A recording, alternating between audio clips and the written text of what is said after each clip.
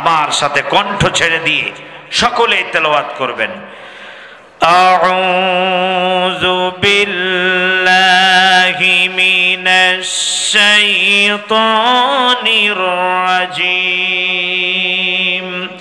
বিসমিল্লাহির রাহমানির রাহিম।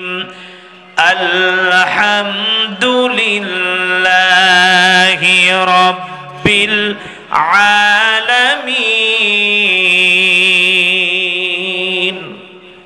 সকল প্রশংসা একমাত্র একজনের জন্যই, তিনি কে? আল্লাহ। আল্লাহ। এই আয়াতে কারিমার ভিতরে অংশ হলো দুইটা। একটা হলো প্রশংসা করব কার? আল্লাহ। আর দুই নম্বরে তিনি আমাদের কি হন? সব পালনকর্তা, জীবনদাতা। তিনি কে? আল্লাহ। তিনি আমার রব, তিনি আমার সব। অর্থাৎ আপনি আমি প্রশংসা করব তার, যিনি আমাদের, এত আস্তে বললে হবে না, আরো জোরে বলেন, আমাদের রব কে? আল্লাহ। আল্লাহ আমার রব, এই রবি আমার সব। সবাই আল্লাহ আমার রব, এই রবি আমার সব। দমে দমে তনু মনে তারি অনুভব, দমে দমে তনু মনে তারি অনুভব। আল্লাহ আমার রব, এই রবি আমার সব। যারা বলুন ঠিক কিনা? আমার যে বুকেতে কওমি আর সেই বুকেতে আলিয়া, এসো আজ সব ভেদাভেদ যাব মোরা ভুলিয়া। আমার যে বুকেতে কওমি আর সেই বুকেতে আলিয়া। বন্ধুরা, চ্যানেলটি সাবস্ক্রাইব করুন। মিনাশ শাইতানির রাজীম।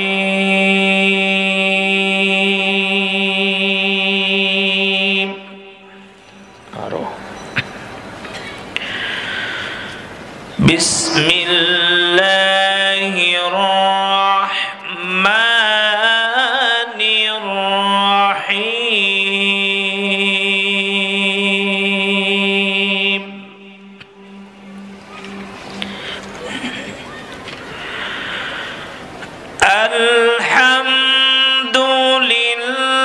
আলহামদুলিল্লাহি রাব্বিল আলামিন।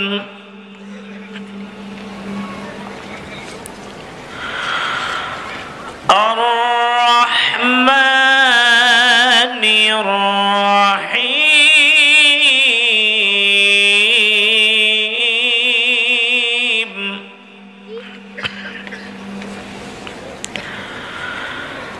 মালিকি ইয়াউমিদ্দিন।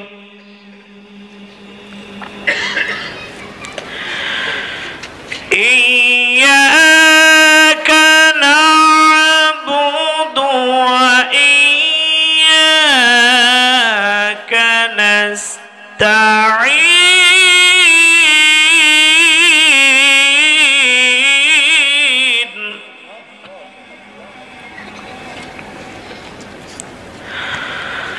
ইহদিনাস সিরাতাল মুস্তাকিম।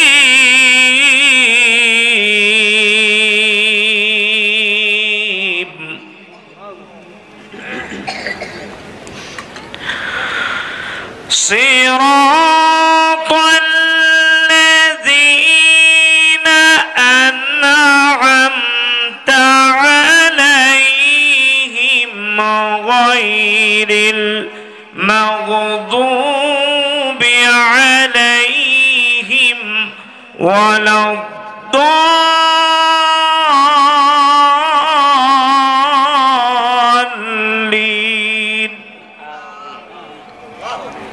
আমিন। সাদাকাল্লাহুল আযীম। আমি আপনাদের সামনে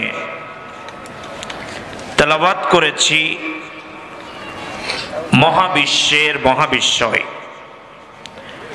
মহাগ্রন্থ আল কুরআনুল কারীমের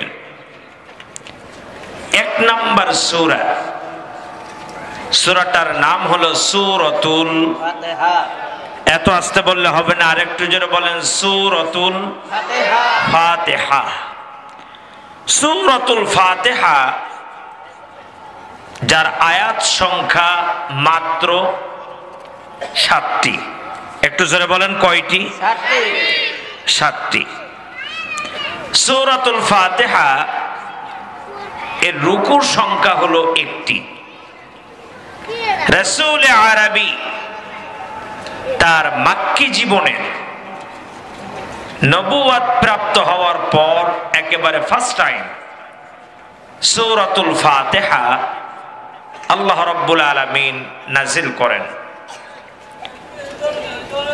সূরাতুল ফাতিহার আগে খণ্ডিত আকারে বিভিন্ন স্থান থেকে কম বেশি অবতীর্ণ হয়েছে, কিন্তু পূর্ণাঙ্গভাবে যে সূরাটি একবারে নাজিল হয়েছে সেই সূরার নাম হলো সূরাতুল ফাতিহা। সর্বপ্রথম অবতীর্ণ হয়েছে সূরাতুল আলাক এর 5 আয়াত, আবার কখনো সূরাতুল মুদ্দাসসির এর কিছু সংখ্যক আয়াত, কখনো সূরাতুল মুজাম্মিল এর কিছু সংখ্যক আয়াত। কিন্তু আল্লাহ রাব্বুল আলামিনের পক্ষ থেকে পূর্ণাঙ্গভাবে যে সূরাটি সেগুলো বর্ণনা করলেন, এই 7 আয়াতের পুরো ব্যাখ্যা বিশ্লেষণ হলো আল্লাহ রাব্বুল আলামিনের সূরাতুল বাকারা থেকে নিয়ে সূরা নাস পর্যন্ত। চিৎকার মেরে বলুন আল্লাহু আকবার। অর্থাৎ এই 7 আয়াতের ব্যাখ্যা করেছে গোটা কোরআন। আবার লা ইলাহা ইল্লাল্লাহ মুহাম্মাদুর রাসূলুল্লাহ, এই কলেমার ব্যাখ্যাটা হলো গোটা কোরআন। চিৎকার মেরে বলুন আল্লাহু আকবার। কলেমার ব্যাখ্যা কি? গোটা কোরআন। আবার তেমনি সূরা ফাতিহার 7 আয়াতের ব্যাখ্যা বিশ্লেষণ গোটা কোরআন। এজন্য এই সূরাটাকে বলা হয়েছে কোরআনের মা, উম্মুল কোরআন। প্রিয় দিনী ভাইরা, অর্থাৎ এই সূরায় যা আছে গোটা কোরআনে তাই আছে। যেমন সেনাবাহিনীর তাদের একটা পতাকা আছে, বাংলাদেশের একটা কি আছে? পতাকা আছে। সেনাবাহিনীর পার্সোনাল আর একটা পতাকা আছে। ওই পতাকার নাম কি জানেন? উম্মুন। ওই পতাকার নাম কি? উম্মুন। অর্থাৎ এই পতাকার নিচে সকল সেনাবাহিনী এই পতাকার নিচেই তাদের আশ্রয় স্থল। সেজন্য ওই পতাকাকে কি বলা হয়? একটু জোরে বলেন, উম্মুন। সেজন্য বলা হয়েছে উম্মুল কোরআন। সূরা ফাতিহা হলো কোরআনের মা, কোরআনের মূল। এরপরে সূরাতুল ফাতিহাকে বলা হয়েছে উম্মুল কিতাব। উম্মুল কিতাব অর্থাৎ যত কিতাব আছে পৃথিবীতে সব কিতাবের মূল হলো সূরাতুল ফাতিহা। উম্মুল কিতাব বলতে শুধুমাত্র মুফাসসিরগণ বলছেন যে শুধুমাত্র কোরআন এমনটি নয়, পৃথিবীর বুকে যত ধর্মগ্রন্থ আছে,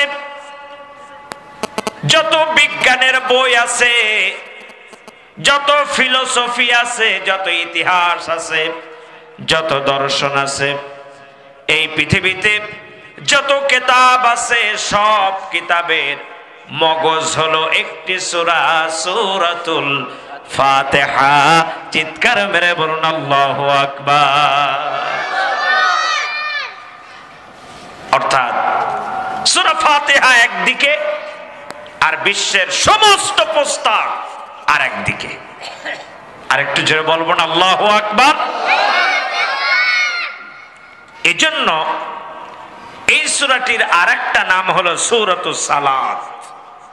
সূরাতুস সালাত অর্থাৎ নামাজের সূরা।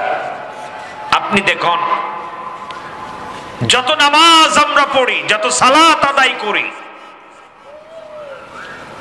সকাল থেকে সন্ধ্যা রাত জেগে জেগে আমরা যে সালাতগুলো আদায় করি, যদি আজকের চিন্তা করি, গতকাল তো সূরাতুল ফাতিহা আমি পড়েছিলাম প্রত্যেক নামাজে, আজকের অন্য কোন সূরা দিয়ে নামাজ পড়বো, নামাজ হবে? আর একটু জোরে বলতে হবে, নামাজ হবে? বেশি দূরে যাওয়া লাগবে না। যিনি এই মসজিদের ইমাম, তিনি যদি চিন্তা করেন দৈনিক তো আমি সূরাতুল ফাতিহা দিয়ে নামাজ শুরু করি, আজকের একটু অন্য কোন সূরা দিয়ে শুরু করব। ইমাম সাহেব যদি আল্লাহু আকবার বলে হাত বেঁধে তেলাওয়াত শুরু করে দেয়, কুল হুয়াল্লাহু আহাদ আল্লাহুস সামাদ লাম ইয়ালিদ ওয়া লাম ইউলাদ ওয়া লাম ইয়াকুল লাহু কুফুয়ান আহাদ, মুসাল্লিরা কি বসে থাকবে নাকি? আর একটু জোরে বলেন। মুসাল্লিরা বসে থাকবে না। কেন থাকবে না? মুসাল্লিরা পেছন থেকে সূরা ফাতিহা পড়া শুরু করে দেবে। যদি এমনটি হয় যে বারবার করে লুকমা দেওয়ার পরেও ইমাম সাহেব লুকমা গ্রহণ করছে না, তখন একজন মুসাল্লি কি করবে বলেন তো? আস্তে করে পেছন থেকে টেনে ধরে পেছনে এনে বলবে, তোমার মতন ইমামের দরকার নাই, যে সূরা ফাতিহা পড়ে না, সেই ধরনের ইমাম আমাদের দরকার। প্রিয় দিনী ভাইয়ের আমার, তাহলে এবার বুঝুন, সূরা ফাতিহা ছাড়া কোনো নামাজ হবে না। নবী করিম সাল্লাল্লাহু আলাইহি ওয়াসাল্লাম বলেছেন, অবশ্যই তোমরা সূরা ফাতিহা পড়বে, কারণ সূরা ফাতিহা ছাড়া নামাজ হয় না। তাহলে ইমাম সূরা ফাতিহা দিয়ে শুরু করছে। আজ পর্যন্ত কোন মুক্তাদি দেখেছেন নাকি যে সূরা ফাতিহা ছাড়া নামাজ পড়ছে? আপনি কোরআনুল কারীমের যেখান থেকে খুশি খণ্ডিত আকারে সেখান থেকেই পড়তে পারেন, কিন্তু সূরা ফাতিহা এমন একটি সূরা আল্লাহ রাব্বুল আলামিন আপনার আমার জন্য নির্দিষ্টকরণ করে দিয়েছেন যে সূরাতুল ফাতিহার মাঝখান থেকেও পড়তে পারবেন না, আবার শুরু থেকে মাঝ পর্যন্ত যে অন্য জায়গায় পড়তে পারবেন না। আপনি যদি সূরাতুল ফাতিহা পড়েন, আপনার পূর্ণাঙ্গ সূরাটাই তেলাওয়াত করতে হবে। জোরে বলুন ঠিক কি না? একটা মজার বিষয় আছে। তাহলে আমরা টোটাল হিসেব করে দেখলাম, যেদিন সূরা ফাতিহা মোটে না পড়া পড়ে, সেদিনও আমরা কয়বার পড়ি? 40 বার। একটু জোরে বলেন কতবার? 40 বার। এরপরে রাতে যাদের তাহাজ্জুদ পড়ার অভ্যাস আছে, তারা তো আরো। যতবার আমি নামাজে দাঁড়াই, ততবারই সূরাতুল ফাতিহা পড়ছি। একটা গান কতবার শুনতে ভালো লাগে? একটু জোরে বলবেন কতবার? একবার, দুইবার, তিনবার, চারবার, পাঁচের উপরে আর যায় না। যায় নাকি? আপনি উপন্যাস পড়েন, আপনি গল্পের বই পড়েন, আপনি সাহিত্য পড়েন, যদি ভালো লাগে ঊর্ধ্বে একবার, দুইবার, সর্বোচ্চ 3 বার। এরপরে আর আপনি ওই বইটা পড়বেন না। যদি কেউ বলে ভাই এই বইটা পড়তে এত মজা, বলে আমি 3 বার পড়ছি, এখন তুমি পড়ো, কথাটা এরামি বলে শেষ করে দেয় না? প্রিয় দিনী ভাইয়েরা আমার, সূরাতুল ফাতিহা আপনার আমার জীবনে, দৈনন্দিন জীবনে 40 বার, 50 বার, 100 বার পড়া পড়ে, কিন্তু আজ পর্যন্ত কেউ বলে নাই সূরা ফাতিহা এত পড়ি, তারপরেও আমার বিতৃষ্ণা ধরেছে, এরম শব্দ কেউ ব্যবহার। বরং একটাই কথা বলেছে, কোরআনুল কারীম যত পড়ি, সূরা ফাতিহা যত পড়ি, যত শুনি, শুধু শুনতে ইচ্ছা করে। যারা বলুন কথা ঠিক কিনা? এটাই হলো কোরআনের মুজিজা। এর নাম কি? একটু জোরে বলেন। কোরআনের মুজিজা। তাহলে আমরা বুঝলাম কোরআনুল কারীমের আরেকটি, সূরা ফাতিহার আরেকটি নাম হলো সূরাতুস সালাত। সূরাতুস সালাত, যে সূরা ছাড়া কি হয় না? নামাজ হয় না। এই সূরার আরেকটি নাম হলো সূরাতুল হামদ। সূরাতুল হামদ। হামদ মানে কি? প্রশংসা। প্রশংসা।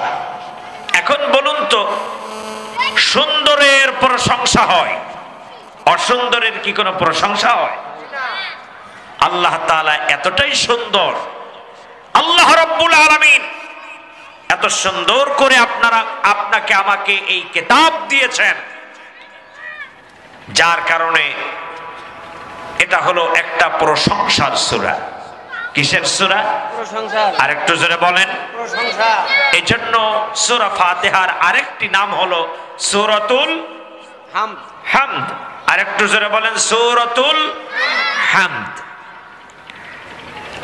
এই সূরার আরেকটা নাম হলো ফাতিহাতুল কিতাব, প্রারম্ভিকা, সূচনা, ভূমিকা। এই সূরার আরেকটা নাম হলো সূরাতুশ শিফা। সূরাতুশ শিফা। শিফা। এই যে আপনারা আমাদের কাছে অনেক সময় আসেন না, হুজুর পেটে বেদনা ধরেছে, হুজুর এই সমস্যা, একটু পানি পড়ে দেন। বিশ্বাস করেন, হুজুররা অন্য কিছু পড়ে ফু দেয় না, সূরা ফাতিহা পড়ে ফু দেয়।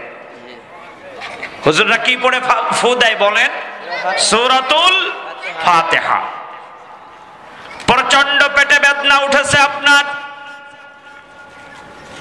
প্রচন্ড ভাবে মাথায় যন্ত্রণা করতেছে, শরীর খারাপ হয়ে গিয়েছে, কোনো কিছুর দরকার নাই, সূরা ফাতিহা পড়ুন, দুরূদ শরীফ পড়ুন, পানিতে ফু দেন, এরপরে ওই পানিটা খেয়ে ফেলেন। আপনাকে শিফা দান করবেন কে? নবী করিম সাল্লাল্লাহু আলাইহি ওয়াসাল্লামের পেছনে আব্দুল্লাহ ইবনে মাসউদ রাদিয়াল্লাহু তাআলা আনহু বাইতুল্লাহ তাওয়াফ করছেন। এমন সময় আব্দুল্লাহ ইবনে মাসউদ রাদিয়াল্লাহু তাআলা আনহু পেছনে নাই। আল্লাহর হাবিব প্রশ্ন করলেন, আব্দুল্লাহ ইবনে মাসউদ রে, কোথায় গিয়েছিলেন? বলি, ইয়া রাসূলুল্লাহ, ইয়া হাবিবাল্লাহ, আমার পেটে বেদনা উঠেছিল। আল্লাহর হাবিব বললেন, এরপরে কি করেছো? বলে, ইয়া রাসূলুল্লাহ, আস্তে করে চলে গেলাম, সূরাতুল ফাতিহা পড়লাম, এক গ্লাস পানি নিলাম, ও নবী এই পানিটা আমি খেয়ে ফেললাম, এরপরে আমার পেটের বেদনাগুলো আল্লাহ রাব্বুল আলামিন শিফা দান করে দিলেন। জোরে বলুন আল্লাহু আকবার। আল্লাহর হাবিব বলেন, যত বড়ই রোগ হোক, ভালো করে শুনে রাখেন এই তথ্যগুলো, আপনার যত বড়ই রোগ হোক না কেন, যদি কেউ সালাতুল ফজর পড়ে, নামাজ না পড়ে না, কিন্তু সালাতুল ফজর আদায় করে, আপনি যদি 40 বার, কতবার? 40 বার সূরাতুল ফাতিহা পড়ে পানিতে ফু দিয়ে 41 দিন খান, আল্লাহর হাবিব বলেন, মৃত্যু রোগ ব্যতীত যে কোনো রোগ আল্লাহ তাআলা শিফা দান করে দেন। সেজন্য সূরাতুল ফাতিহার আরেকটা নাম হলো সূরাতুশ শিফা। এই সূরার আরেকটা নাম হলো আসাসুল কোরআন। কি নাম বললাম? আসাসুল কোরআন। আসাসুল কোরআন অর্থাৎ কোরআনের ভিত্তি। একটা বিল্ডিং এর 5 তলা 10 তলা যত উপরে উঠুক না কেন, তার গোড়া কি রাখতে হয়? শক্ত রাখতে হয়। যেটা আমরা নিচে দেই ওটার নাম কি? ওটাকে বলা হয় ভিত্তি। কি বলা হয়? ভিত্তি। তাহলে গোটা কোরআনের মূল ভিত হলো বেজ ঢালাই। গোটা কোরআনের মূল ভিত হলো সূরাতুল ফাতিহা। এই সূরার আরেকটা নাম হলো সূরাতুল ওয়াফিয়া, অর্থাৎ পূর্ণ। আল্লাহ তাআলা সূরাতুল ফাতিহাটাকে একেবারে পূর্ণাঙ্গ করে আল্লাহ তাআলা নাজিল করেছেন। এই সূরার আরেকটা নাম হলো সূরাতুল ওয়াকিয়া, অর্থাৎ হেফাজতকারী। আপনার যত বড় বিপদ হোক, আপনি সূরা ফাতিহা পড়বেন, আপনাকে হেফাজত করবেন কে? আল্লাহ। এই সূরার আরেকটা নাম হলো সূরাতুল কানজ। কানজ শব্দের অর্থ হলো খনি। কানজ শব্দের অর্থ কি? একটু জোরে বলেন। খনির সূরা, অর্থাৎ জ্ঞান বিজ্ঞান এর যত খনি সব আল্লাহ তাআলা কোথায় দিয়ে দিয়েছেন? কারণ পৃথিবীর বুকে প্লেন আবিষ্কার করেন, রকেট আবিষ্কার করেন, যা কিছু আবিষ্কার করেন না কেন, সব হয়েছে কি থেকে? সূরা ফাতিহা। আর একটু জোরে বলেন। সূরা ফাতিহা থেকে। তার বাস্তবতা দেখুন, লৌহ যে পদার্থ, খনির থেকে লোহা উৎপাদন করে এই লোহা দিয়ে মানুষ দা বানায়, খোন্তা বানায়, সাপল বানায়, রেলের পাটি বানায়, বানায় না? কিন্তু এই লোহা তৈরি করার মতন তাপমাত্রা পৃথিবীতে নাই। আছে কোথায়? সূর্যের ভিতরে। কোথায় আছে? সূর্যের ভিতরে।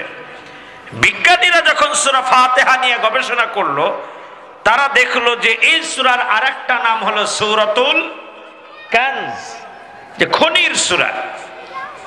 আচ্ছা, এটা নিয়ে আমরা একটু গবেষণা করি। গবেষণা করতে করতে ওরা দেখলো যে লোহার নামে আল্লাহ তাআলা একটা সূরা অবতীর্ণ করেছে, সূরাতুল হাদিদ। হাদিদ মানে হলো লৌহ পদার্থ। ওরা যখন এই সূরা তেলাওয়াত শুরু করলেন, সূরা হাদিদ তেলাওয়াত করতে গিয়ে ওরা দেখলো আল্লাহ রাব্বুল আলামিন এই সূরার ভিতরে বলছেন, ওয়া আনজালনাল হাদিদা ফীহি বা'সুন শাদীদুন ওয়া মানাফি'ু লিন-নাস। মানুষের কল্যাণে আল্লাহ তাআলা কি অবতীর্ণ করেছেন? সূরা লৌহ। এই লোহা নামক পদার্থ, দা আয়রন, আল্লাহ এটা অবতীর্ণ করেছেন। ওরা তখন চিন্তা করলো, কি রে, আমরা এগুলো তো উৎপাদন করেছি মাটির নিচের থেকে, আর নাজিল হওয়া মানে নিচের থেকে উৎপাদন করো না, কোথা থেকে আসা? উপর থেকে নিচে আসবে। ওরা চিন্তা করলো যে কোরআনের মনে হয় ভুল ধরে ফেলছি এবার। কোরআন বলছে সূরাতুল কানজ, খনির সূরা।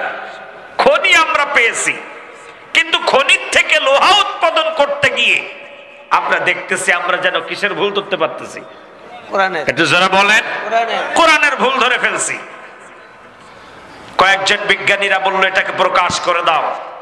কয়েকজন বলছে দেখো, মুসলমানদের কিতাবের ভিতরে কোনো বানোয়াটি কথা নাই, আরো ভালো করে বোঝো, তারপরে তোমরা এটা মিডিয়ার সামনে যাও, এর আগ পর্যন্ত চুপ থাকো। তারা এটা নিয়ে গবেষণা শুরু করলো। গবেষণা করতে করতে তাকিয়ে দেখে লোহার খনি থেকে, এই পদার্থ থেকে তারা লোহা উৎপাদন করছে, ঠিক আছে, কিন্তু এটা তৈরি করতে যে তাপমাত্রা লাগে সেই তাপমাত্রা পৃথিবীতে নাই। এই তাপমাত্রা একমাত্র আছে সূর্যের ভিতরে। চিৎকার মেরে বলুন আল্লাহু আকবার। তখন তারা গবেষণা করে দেখলো যে শত শত বছর আগে বিস্ফোরণের মাধ্যমে আল্লাহ তাআলা এই পদার্থ নাজিল করেন, আর উপর থেকে এই পদার্থটা যখন নিচের দিকে পড়ে, মধ্যাকর্ষণ শক্তি এটাকে টান দিয়ে নিয়ে খনিতে পরিণত করে দেয়। চিৎকার মেরে বলুন আল্লাহু আকবার। কারণ আমাদের মাথার উপরে যে মিটিমিটি করে যে সুন্দর তারকারাজিগুলো জ্বলে, এর ভিতরে অনেক তারকা আছে যে তারকাগুলো আল্লাহ রাব্বুল আলামিন সৃষ্টি করেছেন, তৈরি করেছেন লোহা এবং পাথর। লোহা এবং একটু জোরে বলেন, লোহা এবং পাথর। এর একটা নির্দিষ্ট সময়কাল পর্যন্ত আলো এরা দেয়, কিন্তু একটা সময় আসে এই আলোটা কি হয়ে যায়, শেষ হয়ে যায়। যখনই শেষ হয়ে যায় তখন ওই তারকাগুলো সব খসে পড়ে। ওয়াইদাল কাওয়াকিবু ইনতাসারাত, যখন খসে পড়ে আপনার আমার এই জমিন থেকে 100 মাইল উপরে আল্লাহ তাআলা একটা স্তর রেখেছেন, সেটার নাম হলো ওজোন স্কেল। কি তৈরি করেছেন? Ozone scale. যখন এগুলো ছিটকে পড়ে সব এসে ওই জায়গায় বেঁধে যায়, আর ওখান থেকে ফেরেশতারা পানি করে প্রশান্ত মহাসাগরের ভিতরে নিক্ষেপ করে দেয়। যারা বলুন আল্লাহু আকবার। প্রিয় দিনী ভাইয়েরা আমার, সেজন্য এই পৃথিবীতে যা কিছু আবিষ্কার হয়েছে সব হয়েছে কি থেকে? কোরআন থেকে। সেজন্য বলা হয়েছে এই সূরা হলো সূরাতুল কানজ। কিসের সূরা? খনির সূরা। আপনি যদি জ্ঞান বিজ্ঞানের দিকে যান তাও ঠিক আছে, আপনি যদি খনিজ পদার্থের দিকে যান তাও আছে। আল্লাহ তাআলা এই সূরার আরেকটা নাম দিয়েছেন সূরাতুল কাফিয়া, অর্থাৎ যথেষ্ট। কাফিয়া শব্দের অর্থ কি? যথেষ্ট। আল্লাহ তাআলা এই কোরআনে যা দিয়েছেন এটাই তার বান্দা বান্দি সৃষ্টি জগতের জন্য যথেষ্ট, আর কিছুর প্রয়োজন। আর একটু জোরে বলেন, আর কিছুর প্রয়োজন নাই। আপনার আমার কল্যাণ নিহিত আছে যে কিতাবের অনুসরণ করলে। বলুন তো সেই কিতাবের নাম কি? এত আস্তে বললে হবে না, আরো জোরে বলেন, সেই কিতাবের নাম কি? আল কোরআন। আল্লাহ তাআলা সেই কোরআনুল কারীমের সূচনায় আপনাকে আমাকে স্পষ্টভাবে জানিয়ে দিলেন, এত সুন্দর করে তোমার রব তোমাকে কোরআনুল কারীমের মতন শ্রেষ্ঠতম কিতাব উপহার দিয়েছে। ও বান্দা, তুমি কেমনে আমাকে ভুলে আছো?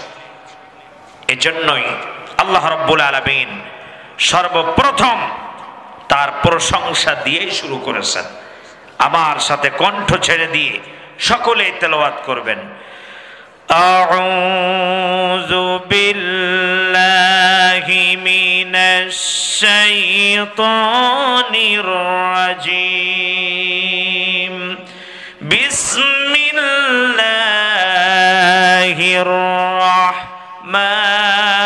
রাহমানির রাহিম। আলহামদুলিল্লাহি রাব্বিল আলামিন। সকল প্রশংসা একমাত্র একজনের জন্যই, তিনি কে? আল্লাহ। এই আয়াতে কারিমার ভিতরে অংশ হলো দুইটা। একটা হলো প্রশংসা করব কার? আল্লাহর। আর দুই নম্বরে তিনি আমাদের কি হন? রব, পালনকর্তা, জীবনদাতা। তিনি কে? আল্লাহ। তিনি আমার রব, তিনি আমার সব। অর্থাৎ আপনি আমি প্রশংসা করব তার যিনি আমাদের। এত আস্তে বললে হবে না, আরো জোরে বলেন। আমাদের রব কে? আল্লাহ। আল্লাহ আমার রব, এই রবি আমার সব। সবাই আল্লাহ আমার রব, এই রবি আমার সব। দমে দমে তনু মনে তারি অনুভব। দমে দমে তনু মনে তারি অনুভব। আল্লাহ আমার রব, এই রবি আমার সব। যারা বলুন ঠিক কিনা? আল্লাহ তাআলা বলছেন আলহামদু, প্রশংসা একমাত্র আল্লাহর জন্য। লিল্লাহি রাব্বিল আলামিন। আলামিন। এখন আসুন, হাম শব্দের অর্থ হলো প্রশংসা। হাম শব্দের অর্থ কি? এত আস্তে বললে হবে না, আরো জোরে বলেন। হাম শব্দের অর্থ কি? প্রশংসা। তাহলে আলিফ লাম দিয়ে আল্লাহ কি বুঝালেন? আলিফ লাম দিয়ে মূল শব্দ হলো হাম। হামিম দাল হাম, আল্লাহ আলিফ লাম দিয়ে বুঝালেন আলহামদু মানে সকল, একটু জোরে বলেন, সকল প্রশংসা একমাত্র একজনের জন্য, রব্বিল আলামিন। প্রিয় দিনী ভাইয়েরা আমার, সকল প্রশংসা আল্লাহ রব্বুল আলামিনের জন্য। এই প্রশংসার জায়গায় আল্লাহ সুবহানাহু ওয়া তাআলা ব্যতীত আর কারো স্থান দেওয়ার মতন কোন সুযোগ নাই। আরো জোরে বলেন। কিন্তু আপনি আমি যদি একটু চিন্তা করে দেখি, আমি আমার দৈনন্দিন জীবনে সেই রবের প্রশংসা কতটুকুন করলাম, আর আমি আমার নেতার প্রশংসা কতটুকুন করলাম, আমার নেত্রীর প্রশংসা কতটুকুন করলাম। আপনাদের কথা কি বলবো, আমাদের মতন অসংখ্য ইমাম আছে আল্লাহর প্রশংসা যতটুকুন না করে তার চাইতে বেশি প্রশংসা করে মসজিদের কমিটির সভাপতির। অবশ্য আপনাদের এলাকায় নেই। মিথ্যা প্রশংসা কখনো করা যাবে না। আমাদের ভিতরে মিথ্যা প্রশংসার চলন আছে না নাই? এমনও আলেম দেখেছি, আপনাদেরটা পরে আসতেছে, এমনও আলেম দেখেছি এমন লোকের প্রশংসা করে যে লোকটা টাটকা ফাসিক। এমনও লোকের প্রশংসা করতে দেখেছি যে লোকটা টাটকা জালিম, মুরতাদ, তাগুত, এতে কোনো সন্দেহ নেই। কিন্তু প্রশংসা করতে করতে যদি পারতো তাহলে জমিন থেকে আসমানে উঠায় ছেড়ে দিত, এমন একটা অবস্থা। এমন আলেম আমাদের খুলনা, বাগেরহাট, সাতক্ষীরা অঞ্চলে আছে, শুধু ভোলা জেলা মুক্ত। ছিল কিনা বলেন? বলতে পারেন না আমাদের ভোলাই ছিল না। কে বলেছে? আল্লাহর প্রশংসার চেয়ে নেতার প্রশংসা বেশি করেছে। আল্লাহর কোরআনের দল পার্টি না করে ওলামা লীগ তৈরি করেছে, করে নাই? এর ভিতরে যে আলেমগুলো ছিল, এই আলেমগুলো দেখা গিয়েছে একের পর এক শুধু নেতার প্রশংসা, নেতার প্রশংসা। টিভি খুললেই নেতার প্রশংসা। মিডিয়ার সামনে যেই গিয়েছি তখনই দেখেছি শুধু নেত্রীর প্রশংসা। ছিল কিনা বলেন? আল্লাহ রাব্বুল আলামিন ওই বান্দার প্রতি সবচাইতে নারাজ হয়ে যান, অখুশি হন তখন যখন কোন বান্দা, কোন বান্দি, কোন ফাসিক, কোন মুরতাদ, কোন জালিমের প্রশংসা করে। কিন্তু আমরা তো তাই করেছি। প্রিয় দিনী ভাইয়েরা আমার, এটা বললাম আলেমদের কথা। এবার আসেন আপনাদের জায়গায়। মিথ্যা মামলার হাত থেকে বাঁচার জন্য এমন লোকের প্রশংসা করেছেন যে লোকটা দেখা গেল দাঁড়িয়ে ছাড়া বসে জীবনেও পেশাব করে নাই, পশ্চিম কোন দিকে ভালো করে জানেই না, সপ্তাহে কোন রকম একদিন ভুলে ভুলে নামাজ পড়তে আসে, আসে সবার শেষে, যায় এই ধরনের মানুষের প্রশংসা করে করে জীবনটাকে আমরা একেবারে বরবাদ করে দিয়েছি। কিন্তু আল্লাহ রাব্বুল আলামিন ডাক দিয়ে বলছেন, বান্দারে প্রশংসা করবা আমার, আমি আল্লাহর প্রশংসা যদি আদায় করতে পারো দুনিয়া এবং আখিরাতে তোমার রব তোমাদেরকে কল্যাণ দিয়ে ভরে দিবে। চিৎকার মেরে বলুন আল্লাহু আকবার। প্রশংসা যদি আল্লাহর হয় তাহলে কল্যাণ কি শুধু দুনিয়াতে না আখিরাতেও আছে? আর একটু জোরে বলেন। তাহলে আজকের থেকে আমাদের প্রশংসা হবে কয়জনের? এত আস্তে বললে হবে না, আরো জোরে বলেন কয়জনের? একজনের। তিনি কে? এই পৃথিবীতে একটু চা, এই পৃথিবীতে যত আম্বিয়ায়ে কেরাম আসছেন সকলেই প্রশংসা করেছেন একজনের, তিনি আপনার আমার রব, সে আল্লাহ, আল্লাহ রব্বুল আলামিনের। এই এখানে চিল্লাপাল্লা করে কারা?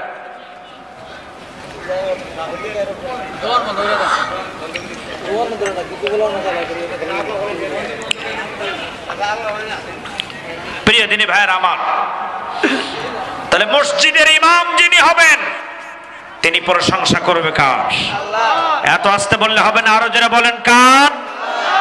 মুক্তাদি প্রশংসা করবে কার? ঘরের স্ত্রীরা প্রশংসা করবে কার?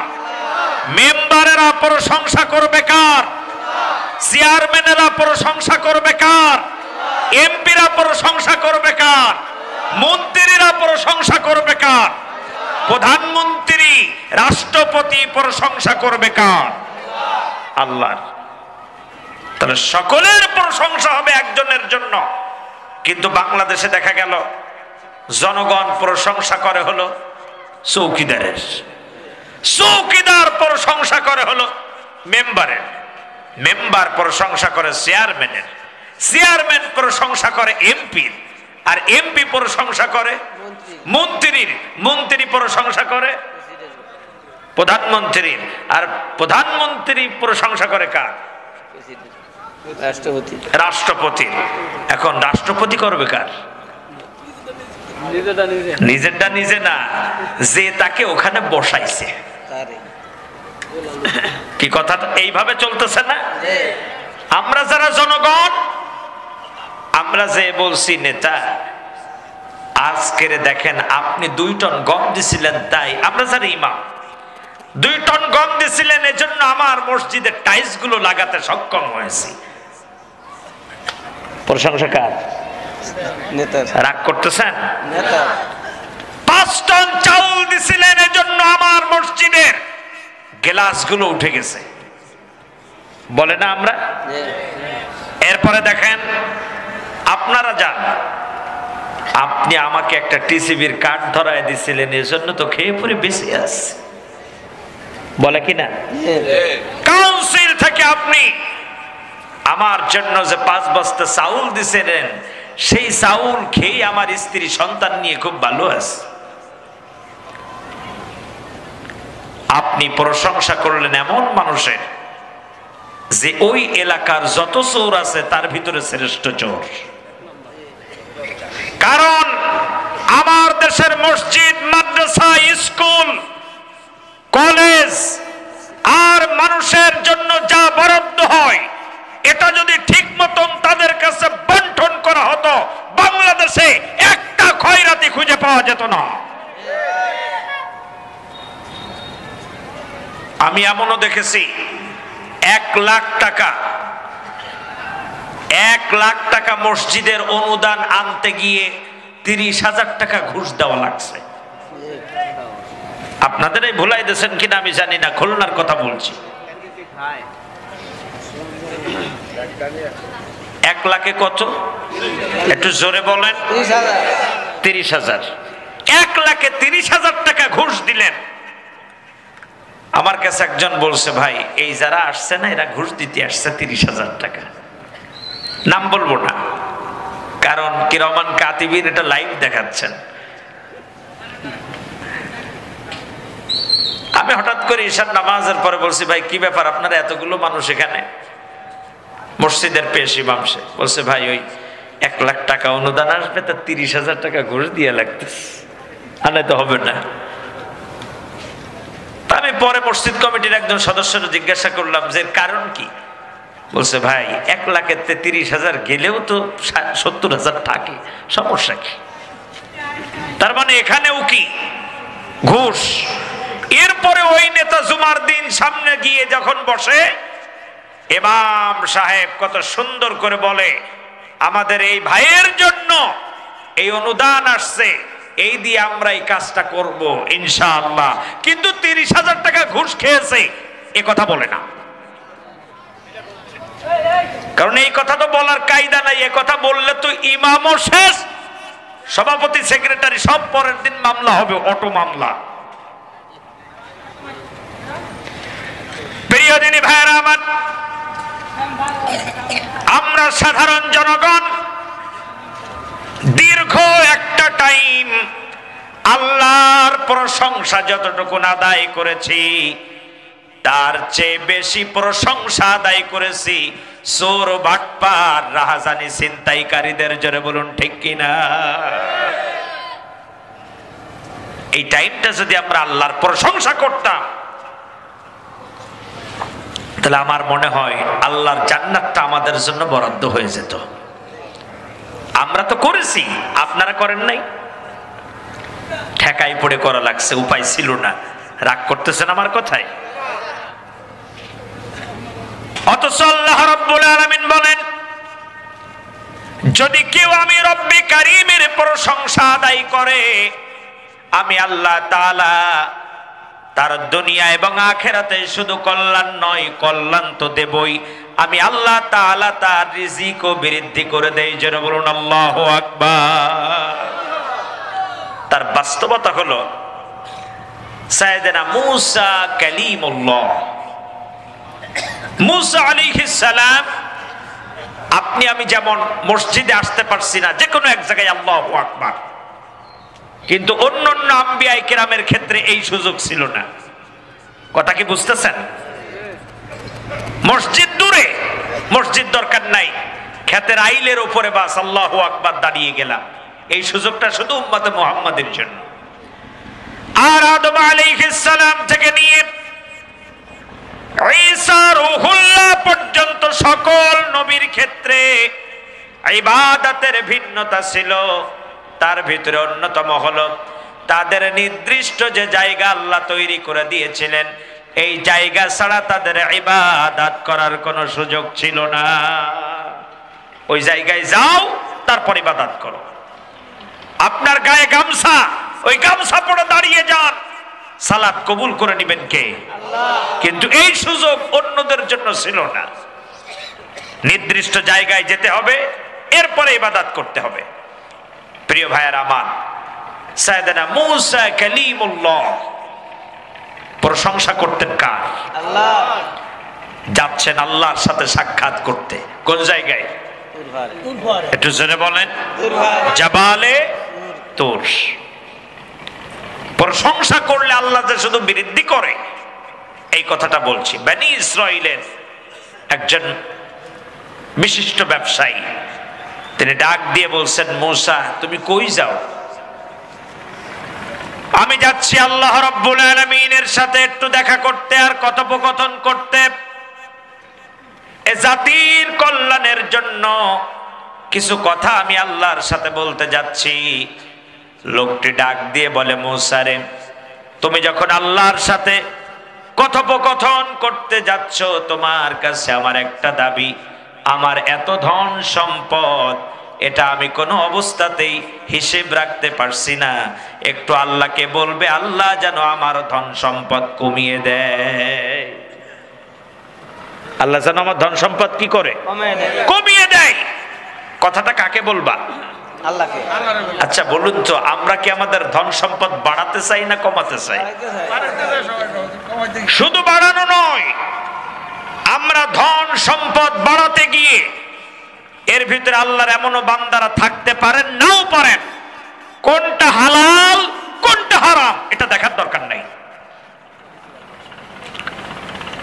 মেজো ভাইয়ের বাড়ি ছাদ দেওয়া হয়ে গেছে, বড় ভাই আমি, আমার ঘরের উপরে টিন। ছেলে মেয়েরা বলে, তুমি করছোটা কি? তোমার ভাইয়ের ঘরে ছাদ। স্ত্রী বলে, তোমার সংসারে এসে জীবনটাই তো শেষ, বলে না? অথচ শুকরিয়া যদি একজনের করতো সবাই, তাহলে ওই ঘরের ভিতরে রহমত নাজিল করতেন কে? আল্লাহ। প্রিয় ভাইয়েরা আমার, এরপরে ছেলে মেয়েরা ওই আল্লাহর প্রশংসা আদায় না করে বরং বাড়ির যিনি প্রধান তাকে বলে, যে তোমার বোনের বাড়ি দেখো